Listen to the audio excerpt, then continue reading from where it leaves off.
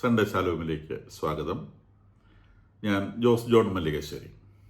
Israel parliament ഒരു bill പാസ്സാക്കിയതാണ് ഇന്നത്തെ പ്രമുഖമായ വാർത്ത. ആ bill it is planned to annex the occupied West Bank to the sovereign Israel state. അതായത് ഇസ്രായേൽ സ്റ്റേറ്റിനോട് വെസ്റ്റ് ബാങ്ക് കൂടി കൂട്ടിച്ചേർക്കാൻ തീരുമാനിക്കുന്നു എന്നുള്ള ഒരു നിയമം പാസ്സാക്കുന്നതിലേക്ക് കൂടി ഒരു ബില്ലാണ് ഇന്നലെ ഇസ്രായേൽ പാർലമെൻറ്റിൽ പാസ്സായത്. അപ്പം അതിൽ ഈ വെസ്റ്റ് ബാങ്ക് എന്നുള്ള വാക്കല്ല ഉപയോഗിച്ചിട്ടുള്ളത്, ജൂദയ സമേറിയ എന്നാണ്. എൻ്റെയർ ജൂദയ സമേറിയ ഇസ്രായേലിൻ്റെ സോവറിൻ ഇസ്രായേൽ എന്ന് പറഞ്ഞാൽ എൻ്റെയർ ജൂദയ സമേറിയ ചേരുന്നതാണ്. അതുകൊണ്ട് സമേറിയ എന്ന് പറയുന്ന ഏരിയയും കൂടി ഈ വെസ്റ്റ് ബാങ്കിലേക്ക് ഇപ്പോഴുള്ള ഇസ്രായേലിലേക്ക് മെർജ് ചെയ്യപ്പെടുന്നു എന്നാണ് ഈ ബില്ലിൻ്റെ കണ്ടന്റ് എന്ന് പറയുന്നത്. അപ്പോൾ ഇത് പെട്ടെന്ന് എങ്ങനെ ഈ ബില്ല് പാസ്സായി? ബില്ല് പാസ്സാക്കുക എന്ന് പറഞ്ഞാൽ അതിൻ്റെ പാസ്സാവലിന് 4 സ്റ്റേജുണ്ട്. ആ 4 സ്റ്റേജിലെ പ്രിലിമിനറി സ്റ്റേജാണ് ഇപ്പോൾ നടന്നിട്ടുള്ളത്. അപ്പോൾ ഇസ്രായേൽ പാർലമെൻറ്റിൽ ഇത് പാസ്സാവുന്നു എന്ന് പറയുമ്പോൾ തന്നെ ചെറിയ വോട്ടിനാണ് അത് പാസ്സായത്. 24-നെതിരെ 25 വോട്ടുകൾക്കാണ് ഈ ബില്ല് പാസ്സായിട്ടുള്ളത്. അപ്പോൾ ഇത് 120 അംഗങ്ങളുള്ള പാർലമെൻറ്റാണ് ഇസ്രായേലിൻ്റേത്. അപ്പോൾ അതിനകത്ത് 49 പേരെ വോട്ട് ചെയ്തിട്ടുള്ളൂ എന്ന് നമുക്ക് മനസ്സിലാക്കാം. അപ്പോൾ ബാക്കിയുള്ള ആളുകൾ എന്തുകൊണ്ട് വോട്ട് ചെയ്യാതെ നിന്നു, അല്ലെങ്കിൽ എന്തുകൊണ്ട് ഇത്തരത്തിൽ ഒരു ബില്ല് ഇപ്പോൾ പെട്ടെന്ന് ഓടിക്കയറി ഇങ്ങോട്ട് വന്നു, ഇങ്ങനത്തെ ചോദ്യങ്ങളെല്ലാം ഉണ്ട്. അതിന് പ്രധാനപ്പെട്ട കാരണങ്ങൾ നമുക്ക് പറയാം. അപ്പോൾ ആദ്യം നമ്മൾ മനസ്സിലാക്കേണ്ടത് ആരൊക്കെയാണ് ഇതിന് അനുകൂലമായിട്ട് വോട്ട് ചെയ്തത്. വാസ്തവത്തിൽ ഇങ്ങനൊരു ഒരു ബില്ല് പാസ്സാകുമ്പോൾ പാലസ്റ്റീൻ എന്ന് പറയുന്ന ഒരു സ്വപ്നം അവിടെ തീരുകയാണ്. പിന്നെ പാലസ്റ്റീൻ എന്ന് പറയുന്ന സ്വപ്നത്തിന് പിന്നെ സ്പേസ് ഇല്ല. അപ്പോൾ അതാണ് ഈ ബില്ലിൻ്റെ ഒന്നാമത്തെ ഒരു ലക്ഷ്യം എന്ന് പറയുന്നത്, അല്ലെങ്കിൽ ആ ബില്ല് നമ്മളോട് പറയുന്നത്, ലോകത്തോട് പറയുന്നത് പാലസ്റ്റീൻ എന്ന് പറയുന്ന ഒരു സ്വപ്നം മാഞ്ഞു പോകുന്നു എന്നുള്ളതാണ്. അപ്പം അങ്ങനെ ഒരു സ്വപ്നം മാഞ്ഞു പോകത്തക്ക രീതിയിൽ ഇന്നലെ ഒരു ബില്ല് പാസ്സാക്കും. ആ ബില്ലിന് റിലവൻസ് ഇന്നലെ അമേരിക്കൻ ആളുകളായിട്ടുള്ള ജാവേദ് വിറ്റ്കോഫ്, ജറാഡ് കുഷ്ണർ, കൂടാതെ വളരെ പ്രമുഖനായിട്ടുള്ള ജെഡി വാൻസ് ഒക്കെ ഇന്നലെ ഇസ്രായേലുണ്ട്. ആ സമയത്താണ് ഇസ്രായേൽ പാർലമെന്റിൽ ഇത്തരം ഒരു ബില്ല് പാസ്സാക്കുന്നത് ഓർക്കണം. അപ്പോൾ അത് നെതന്യാഹു ഇതിനെക്കുറിച്ച് പറഞ്ഞ് നെതന്യാഹു ഈ ബില്ലിനെതിരായിരുന്നു. ഇന്നലെ ഈ ബില്ല് കൊണ്ടുവരാൻ പാടില്ല എന്നായിരുന്നു അദ്ദേഹത്തിന്റെ നിലപാട്. അതുകൊണ്ട് തന്നെ ഇത് പ്രതിപക്ഷത്തിന്റെ ഒരു കളിയായിട്ടാണ് ഇത് ചിത്രീകരിക്കപ്പെടുന്നത്. നെതന്യാഹു പറയുന്നത് അദ്ദേഹവും സപ്പോർട്ട് ചെയ്യുന്ന കാര്യം തന്നെയാണ്. ഇത് ഇസ്രായേലിലുള്ള മുഴുവൻ ആളുകളും സപ്പോർട്ട് ചെയ്യുന്ന കാര്യമാണ്. പക്ഷേ ഇങ്ങനെ ഒരു ബില്ല് ഇപ്പോൾ കൊണ്ടുവരണമായിരുന്നു എന്നതിനെ സംബന്ധിച്ച് മാത്രമാണ് സംശയമുള്ളത്. ഇതിനെക്കുറിച്ച് നെതന്യാഹു പറഞ്ഞത് പാർലമെന്റിൽ പാസ്സാക്കിയതുകൊണ്ട് കാര്യമില്ല, പ്രവൃത്തി പദത്തിൽ കൊണ്ടുവരുന്നതാണ് ശരിയെന്നാണ് പറഞ്ഞത്. അപ്പം രണ്ടുപേരും ഒരേ ഭാഗത്താണെന്ന് ചുരുക്കം. അപ്പോൾ ഇത് ഈ ആരൊക്കെ സപ്പോർട്ട്, ഇദ്ദേഹത്തിന്റെ പാർട്ടി ലിക്വിഡ് പാർട്ടി എന്നുള്ളതാണ്. ലിക്വിഡ് പാർട്ടിക്ക് 36 അംഗങ്ങളാണ് 120 അംഗ ഇസ്രായേൽ പാർലമെന്റിലുള്ളത്. അപ്പോൾ ആ ലിക്വിഡ് പാർട്ടിയിൽ നിന്ന് 36 അംഗങ്ങൾ മുഴുവൻ വിട്ടുനിന്നില്ല. നെതന്യാഹു അടക്കമുള്ള ആളുകൾ ഈ ബില്ലിന് അനുകൂലമായിട്ട് വോട്ട് ചെയ്തില്ല. കുറച്ച് പേര് എതിർത്ത് വോട്ട് ചെയ്യുകയും ചെയ്തു. പക്ഷേ ഈ ലിക്വിഡ് പാർട്ടിയിലെ തന്നെ ഒരു മെമ്പർ ഈ ബില്ലിന് അനുകൂലമായിട്ട് വോട്ട് ചെയ്തിട്ടുണ്ട്. കൂടാതെ ഇദ്ദേഹത്തിന്റെ മിനിസ്ട്രിയിൽ തന്നെയുള്ള സ്മോട്രിച്ച്, ബെൻഗ്വിർ മുതലായ ആളുകൾ, ഇവരെല്ലാം വലതുപക്ഷ പാർട്ടികളുടെ ആളുകളാണ്. ഇത് നെതന്യാഹുവിന്റെ കോയലീഷനിലുള്ളതാണ്, ഭരണപക്ഷത്തുള്ള പാർട്ടികളാണ്. ആ പാർട്ടികളൊക്കെ ഈ ബില്ലിന് അനുകൂലമായിട്ട് വോട്ട് ചെയ്യാണ് ചെയ്തത്. ഇതിനൊക്കെ നമ്പേഴ്സ് വളരെ കുറവാണെന്ന് നോക്കണം. ഇവരെല്ലാം വോട്ട് ചെയ്തിട്ടും 25 വോട്ടേ കിട്ടിയുള്ളൂ. കൂടാതെ ഈ ബില്ല് കൊണ്ടുവന്ന ആളെ എക്സ്ട്രീം വലതുപക്ഷം നെതന്യാഹുവിന്റെ ഈ കോയലീഷനിൽ, റൂളിംഗ് കോയലീഷനിൽ ഇല്ലാത്ത ഒരു മെമ്പറാണ് ഈ ബില്ല് കൊണ്ടുവന്നിട്ടുള്ളത്. എന്ന് പറഞ്ഞാൽ പ്രതിപക്ഷമാണ് ബില്ല് കൊണ്ടുവന്നിട്ടുള്ളത്. ഈ പ്രതിപക്ഷം കൊണ്ടുവന്ന ബില്ല് വാസ്തവത്തിൽ 120 വോട്ടും 120 കിട്ടി പാസ്സാവേണ്ട വോട്ട് ബില്ലാണ്. പക്ഷേ അത് അമേരിക്കയുമായിട്ടുള്ള ഇപ്പോഴത്തെ ബന്ധം, അറബ് രാജ്യങ്ങളുമായിട്ടുള്ള ഇപ്പോഴത്തെ ബന്ധത്തിനെ അത് ബാധിക്കും എന്നതുകൊണ്ടാണ് ഈ 24 വോട്ടെങ്കിലും ഇതിന് എഗനസ്റ്റ് ആയിട്ട് ചെയ്യപ്പെടും. 24 വോട്ടേ ഇതിന് എഗനസ്റ്റ് ആയിട്ട് ചെയ്യപ്പെട്ടിട്ടുള്ളൂ. ആ 24 വോട്ടും നെതന്യാഹുവിന്റെ നിർബന്ധപ്രകാരം ഇതിനെതിരായിട്ട് വോട്ട് ചെയ്യപ്പെട്ട സംഗതിയാണ്. നെതന്യാഹു പോലും ഈ ബില്ലിനെ അനുകൂലിച്ച് വോട്ട് ചെയ്യാൻ താല്പര്യമുള്ള ആളുമാണ്. പക്ഷേ ഇപ്പോൾ നിലനിൽക്കുന്ന സാഹചര്യങ്ങളിൽ ഇങ്ങനെ ഒരു ബില്ല് കൊണ്ടുവന്നാലുള്ള ബുദ്ധിമുട്ട് ഉള്ളത് കൊണ്ടാണ് ഈ 24 അംഗങ്ങൾ ഇതിനെതിരായിട്ട് വോട്ട് ചെയ്തതെന്ന് നമ്മൾ മനസ്സിലാക്കണം. ഇല്ലെങ്കിൽ യുനാനിമസ് ആയിട്ട് ഇത് പാസ്സാവേണ്ടതാണ്. എന്നിട്ടും ആ ബില്ല് അതിന്റെ ഒന്നാമത്തെ സ്റ്റേജ് കടന്നു എന്നുള്ളതാണ്. 4 സ്റ്റേജുകളാണ് ഈ ബില്ലിനുള്ളത്. അതിൽ ഒന്നാമത്തെ സ്റ്റേജ് അത് കടന്നു കഴിഞ്ഞു. ഇത് വാസ്തവത്തിൽ ട്രംപിനും അറബ് നേഷൻസിനുമുള്ള ഇസ്രായേലിന്റെ ഒരു ഉത്തരമാണ്. ഈ പറയുന്ന വെടിനിർത്തൽ വാസ്തവത്തിൽ ഇസ്രായേലിന്റെ താല്പര്യമായിരുന്നില്ല. ഇത് ട്രംപ് ഇസ്രായേലിന് മേലെ അടിച്ചേൽപ്പിച്ച ഒരു സംഗതിയാണ് എന്നാണ് മുഴുവൻ ഇസ്രായേൽ ജനതയുടെയും ഒരു ഫീലിംഗ് എന്ന് പറയുന്നത്. ഇത് ട്രംപ് ഇസ്രായേലിന് മേലെ അടിച്ചത്. അതുകൊണ്ടാണ് നെതന്യാഹുവിന് പത്രക്കാരോട് പറയുന്ന സമയത്ത് പറയേണ്ടി വന്നത് Israel is not a protectorate of U എസിനാൽ സംരക്ഷിക്കപ്പെട്ട് നിൽക്കുന്ന ഒരു രാജ്യമല്ല ഇസ്രായേൽ എന്ന് നെതന്യാഹുവിന് പത്രക്കാരോട് പറയേണ്ടി വന്നു. മാത്രമല്ല വാൻസിന് പത്രക്കാരോട് പറയേണ്ടി വന്നു Israel is an equal partner. Israel is A sovereign nation, US is a sovereign nation, and we are equal partners. We are allies. Israel is not subordinate of US. യുഎസിന് താഴെ നിൽക്കുന്ന അല്ലെങ്കിൽ യുഎസിനാൽ സംരക്ഷിക്കപ്പെടുന്ന ഒരു പാർട്ട്ണർ അല്ല ഇസ്രായേൽ എന്ന് വാൻസിന് പച്ചയ്ക്ക് പറയേണ്ടി വന്നു. അതിനുള്ള കാരണം ഈ ഇസ്രായേൽ പ്രധാനമന്ത്രിയെ അല്ലെങ്കിൽ ഇസ്രായേലിലേക്ക് ഈ അമേരിക്കൻ ഒഫീഷ്യൽസ് എല്ലാം കൂടെ ഒഴുകിയെത്തി നെതന്യാഹുവിനെ നിർബന്ധിച്ചപ്പം ഇസ്രായേലുണ്ടായ ഒരു പിക്ചർ എന്ന് പറയുന്നത് അമേരിക്കയുടെ വലിയ ക്ലൗട്ട് ഉപയോഗിച്ച് ഈ അറബ് രാജ്യങ്ങളുടെ താല്പര്യം ഇസ്രായേലിനെ അടിച്ചേൽപ്പിക്കാൻ ശ്രമിക്കുന്നു എന്നുള്ളതാണ്. കാരണം ഹമാസിനെ പരിപൂർണമായും ഉന്മൂലനം ചെയ്യുക എന്നുള്ളത് ഓരോ ഇസ്രായേൽക്കാരൻ്റെയും താല്പര്യമാണ്. ലോകത്തിൽ സമാധാനം കാക്ഷിക്കുന്ന ആരുടെയും താല്പര്യമാണ്. അപ്പൊ ആ ഉന്മൂലനത്തിന്റെ ഒരു 90% സ്റ്റേജിൽ എത്തി നിന്ന ഒരു സാഹചര്യത്തിൽ അത് നിർത്തേണ്ടി വന്നു എന്നുള്ളത് നെതന്യാഹുവിനെ സംബന്ധിച്ചും ഇസ്രായേലിനെ സംബന്ധിച്ചും പ്രയാസമുണ്ടാക്കിയ ഒരു സംഗതിയാണ്. പക്ഷേ ഇന്റർനാഷണൽ കമ്മ്യൂണിറ്റിയുടെ പ്രഷറും അമേരിക്കയുടെ താല്പര്യങ്ങളും ഒക്കെ ഇതിനകത്തുണ്ട്. നിശ്ചയമായും എല്ലാവരുടെയും താല്പര്യങ്ങൾ സംരക്ഷിക്കപ്പെടണം. അപ്പോൾ ഒരു പല താല്പര്യങ്ങൾ തമ്മിൽ ടഗ് ഓഫ് വാർ വരും. ഇസ്രായേലിൻ്റെതായ താല്പര്യമുണ്ട്, യുഎസിൻ്റെതായ താല്പര്യമുണ്ട്, ഇന്റർനാഷണൽ കമ്മ്യൂണിറ്റിക്ക് അവരുടെ താല്പര്യങ്ങളുണ്ട്. ആർക്കും ഒറ്റയ്ക്കൊന്നും ചെയ്യാൻ പറ്റില്ല. എല്ലാവരും കൂടെ ഒന്നിച്ച കാര്യങ്ങൾ തീരുമാനിക്കാൻ പറ്റൂ. എല്ലാം കൂടെ തൂക്കി ആക്കം തൂക്കം നോക്കിയപ്പോൾ ആത്യന്തികമായിട്ട് ഏകദേശം കുഴപ്പമില്ലാത്തൊരു കാര്യം എന്ന നിലയ്ക്കാണ് ഇപ്പോൾ ഈ വെടിനിർത്തൽ കരാറ് നിലവിൽ വന്നിട്ടുള്ളത്. ഈ വെടിനിർത്തൽ കരാറ് നിലവിൽ വരുമ്പോഴും ഇസ്രായേലിന് പരിക്ക് പറ്റാതെ സൂക്ഷിക്കുക എന്നുള്ളത് ഇസ്രായേലിനെ സംബന്ധിച്ച് പ്രധാനമാണ്. അപ്പം മറ്റുള്ള രാജ്യങ്ങളുടെ മുൻപിൽ, പ്രത്യേകിച്ചും അറബ് രാജ്യങ്ങളുടെ മുൻപിൽ ഇസ്രായേലിനെ അവർക്ക് ഏതെങ്കിലും തരത്തിലൊന്ന് അമേരിക്ക ഉപയോഗിച്ചാണെങ്കിൽ കൂടി ഒന്ന് അമർത്തി വെക്കാൻ സാധിച്ചു എന്നൊരു ഫീലിംഗ് ഉണ്ടെങ്കിൽ ആ ഫീലിംഗ് ഇങ്ങ് മാറിക്കോട്ടെ എന്ന് വിചാരിച്ചുകൊണ്ടാണ് ഇപ്പോൾ ഈ ബില്ല് പാസ്സായിട്ടുള്ളത് എന്നാണ് അനലിസ്റ്റുകൾ എത്തുന്ന കൺക്ലൂഷൻ. അപ്പം ഇസ്രായേൽ പാർലമെന്റ് പാലസ്തീൻ എന്ന് പറയുന്ന സ്വപ്നം ഞങ്ങൾ മായിച്ചു കളയും എന്ന ഒരു വലിയ മെസ്സേജാണ് ലോകത്തിന് ഇതുവഴി കൊടുത്തിട്ടുള്ളത് എന്നാണ് അവരുടെ അഭിപ്രായം. അപ്പോൾ ഇതിൽ നെതന്യാഹു പോലും പറഞ്ഞത് പാർലമെന്റിൽ പാസ്സാക്കിയതുകൊണ്ട് കാര്യമില്ല, പ്രവൃത്തി പദത്തിൽ കൊണ്ടുവന്നാലേ കാര്യമുള്ളൂ എന്നാണ്. പാർലമെന്റിൽ പാസ്സാക്കിയാലേ പ്രവൃത്തി പദത്തിൽ കൊണ്ടുവരാൻ പറ്റുള്ളൂ. ആദ്യം ഇസ്രായേലിന്റെ പാർലമെന്റ് ഇത് അംഗീകരിക്കണം, അതിനുശേഷമാണ് അത് പ്രവൃത്തി പദത്തിൽ കൊണ്ടുവരുന്നത്. അപ്പൊ ഇതിൽ വെസ്റ്റ് ബാങ്ക് അനക്സ് ചെയ്യുന്നു എന്ന് പറയുമ്പോൾ ഗാസ ഒഴിഞ്ഞു പോയി എന്ന് നിങ്ങൾ വിചാരിക്കേണ്ട. ഇവിടെ ജൂദയ സമേറിയ എന്നുള്ള വാക്കാണ് ഉപയോഗിച്ചിട്ടുള്ളത്.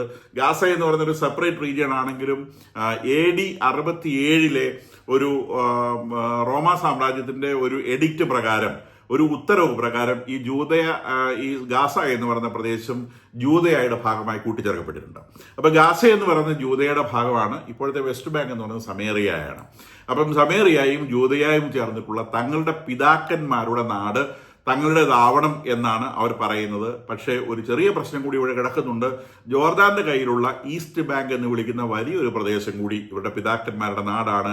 അതും ജൂദയ സമേറിയയിൽ വരുന്നതാണ്. ജോർദാന്റെയും ചങ്കിടിപ്പിക്കാൻ പോന്നതാണ് ഈ ബില്ല് എന്നുള്ളതും പ്രധാനപ്പെട്ട ഒരു സംഗതിയാണ്. അപ്പൊ ഇതാണ് ബില്ലിനെ സംബന്ധിച്ച് പറയാനുള്ളത്. സ്വാഭാവികമായിട്ടും ഇത് ഇന്റർനാഷണൽ ലോയ്ക്കൊക്കെ എതിരായിട്ടുള്ള സംഗതിയാണെന്ന് international law, blatant violation of international law ആണെന്ന് ഇന്റർനാഷണൽ ലോ മുഴുവൻ അനുസരിച്ച് പ്രവർത്തിക്കുന്ന ഹമാസ് ആണ് ആദ്യം പ്രഖ്യാപിച്ചത്. This is a blatant violation of international law.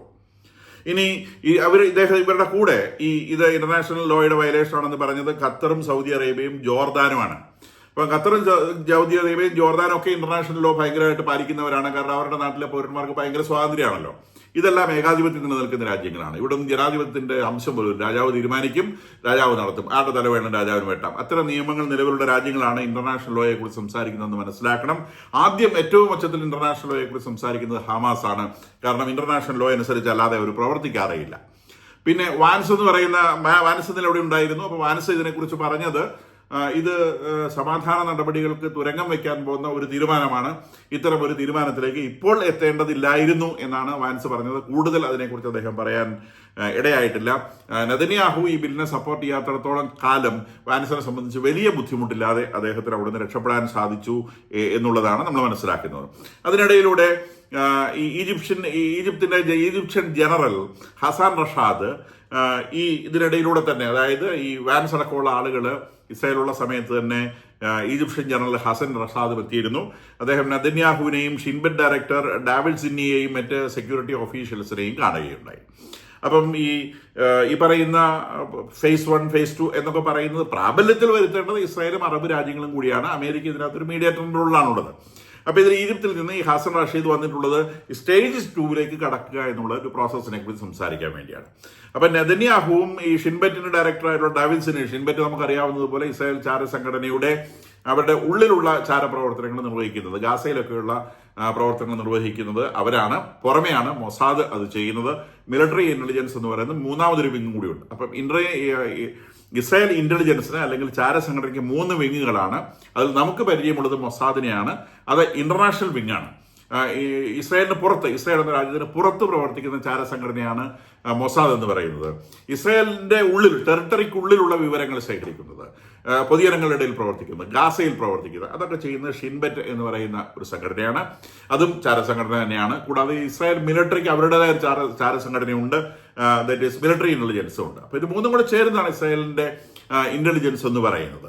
അപ്പോൾ അതിൽ ഈ ഷിൻബെറ്റിന്റെ ഡയറക്ടറാണ് ഇന്നലെ ഈ ചർച്ചകളിൽ പങ്കെടുത്തിട്ടുള്ളത്. കൂടാതെ മറ്റ് സെക്യൂരിറ്റി ഓഫീഷ്യൽസും ഉണ്ടായിരുന്നു. അപ്പോൾ ഇതിനകത്ത് അവർ പറഞ്ഞ് നമുക്ക് സ്റ്റേജ് 2 കടക്കാം, അവിടെ ഒരു ഇന്റർനാഷണൽ സെക്യൂരിറ്റി ഫോഴ്സ് വരട്ടെ എന്നുള്ളതാണ് ഈജിപ്തിന്റെ സജഷൻ. ഇന്റർനാഷണൽ സെക്യൂരിറ്റി ഫോഴ്സ് റെഡിയാണ് എന്നാണ് അദ്ദേഹം പറയുന്നത്. അതിൽ Egypt, Azerbaijan, Jordan, Qatar, Turkey and Indonesia, ഇത്രയും രാജ്യങ്ങൾ ഈ ഇന്റർനാഷണൽ ഫോഴ്സിലേക്ക് ആളുകളെ കോൺട്രിബ്യൂട്ട് ചെയ്യാൻ തയ്യാറാണ്.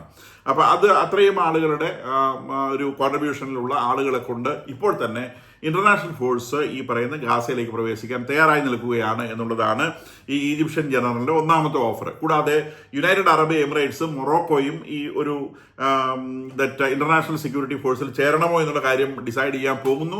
അവരുടെ ഡിസിഷൻ വരുന്നതേ ഉള്ളൂ. അവരുടെ ഡിസിഷൻ വന്നില്ലെങ്കിൽ പോലും ഇത്രയും രാജ്യങ്ങളുടെ ഫോഴ്സ് ഉള്ളതുകൊണ്ട് മതി, നമുക്ക് പ്രവേശിക്കാമെന്നാണ്. കൂടാതെ നമുക്ക് ഇന്നലത്തെ വാർത്തകൾ വന്നിരുന്നു, ബ്രിട്ടനിൽ നിന്ന് ഒരു നോമിനൽ നമ്പർ ഓഫ് പട്ടാളക്കാരെ അയച്ചു കൊടുക്കാമെന്ന് ബ്രിട്ടീഷ് പ്രധാനമന്ത്രിയും പറയുകയുണ്ടായിട്ടുണ്ട്. അപ്പോൾ പല രാജ്യങ്ങളും ഇതിലേക്ക് കോൺട്രിബ്യൂട്ട് ചെയ്യാൻ തയ്യാറാണ് എന്ന് മനസ്സിലാവുന്നു.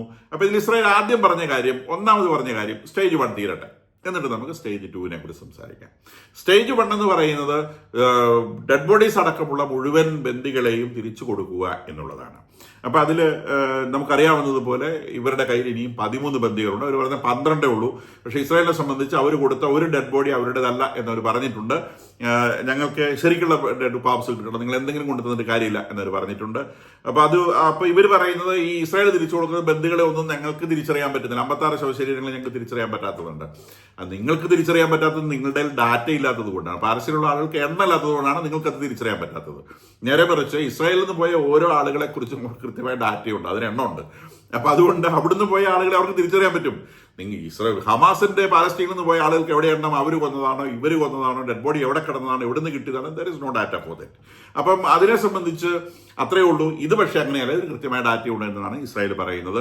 അപ്പോൾ ആ ഡാറ്റ വെച്ച് നോക്കുമ്പോൾ ഈ ഒരു ബോഡി ഇസ്രായേൽക്കാരുടേതല്ല, അതുകൊണ്ട് അത് കിട്ടിയേ പറ്റും. അപ്പോൾ ഇസ്രായേലിന്റെ എണ്ണം 13 ഹമാസ് പറയുന്നത് 12 അപ്പോൾ ഈ 13 കൂടി തിരിച്ചു കിട്ടിയിട്ട് നമുക്ക് ഇന്റർനാഷണൽ സെക്യൂരിറ്റി ഫോഴ്സിനെ പ്രവേശിപ്പിക്കുന്നതിനെ കുറിച്ച് സംസാരിക്കാമെന്നുള്ളതാണ് നെതന്യാഹുവിന്റെ നിലപാട്. ഒന്ന്.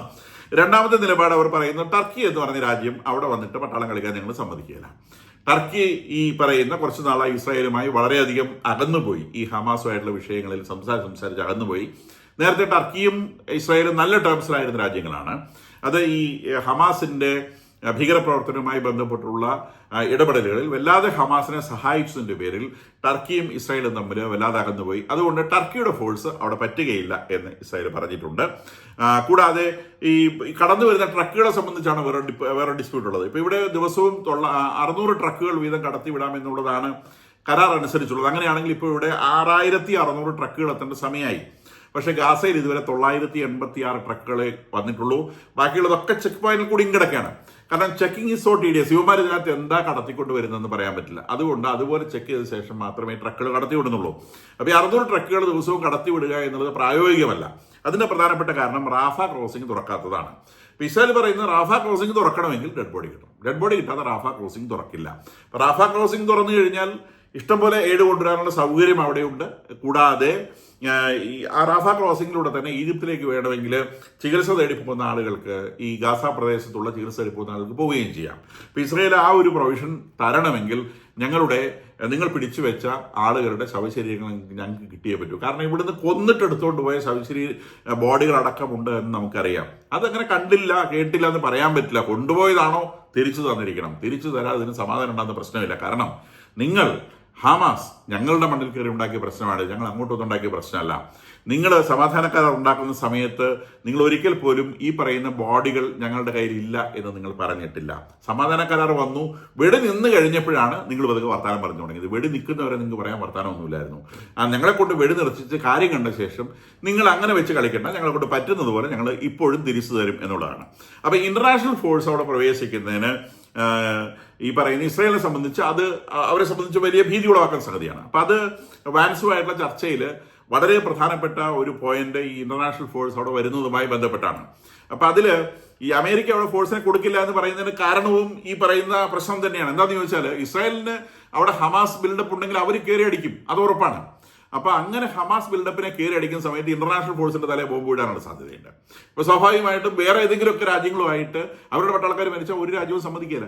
അപ്പം അവരുമായിട്ട് ഉടക്കേണ്ട ഒരു സാഹചര്യം ഇസ്രായേലിന് ഉണ്ടാവും എന്നതുകൊണ്ട് തന്നെ ആ ഇന്റർനാഷണൽ ഫോഴ്സ് അവിടെ പ്രവേശിക്കുന്ന ഇസ്രായേൽ താല്പര്യങ്ങൾക്കെതിരാണ് എന്നുള്ളതാണ് നെതന്യാഹു വാൻസുമായിട്ടുള്ള ഡിസ്കഷനിൽ പങ്കുവെച്ച പ്രധാനപ്പെട്ട ഒരു പോയിന്റ് എന്നാണ് പറയപ്പെടുന്നത്. അപ്പൊ ഈജിപ്ത് എത്രയും വേഗം ഇന്റർനാഷണൽ ഫോഴ്സിനെ ഇവിടേക്ക് പ്രവേശിപ്പിക്കണമെന്ന് പറയുന്നതിൽ തന്നെ അതിനകത്തൊരു കള്ളത്തരമുണ്ട് എന്ന് വിചാരിക്കാവുന്നതാണ്.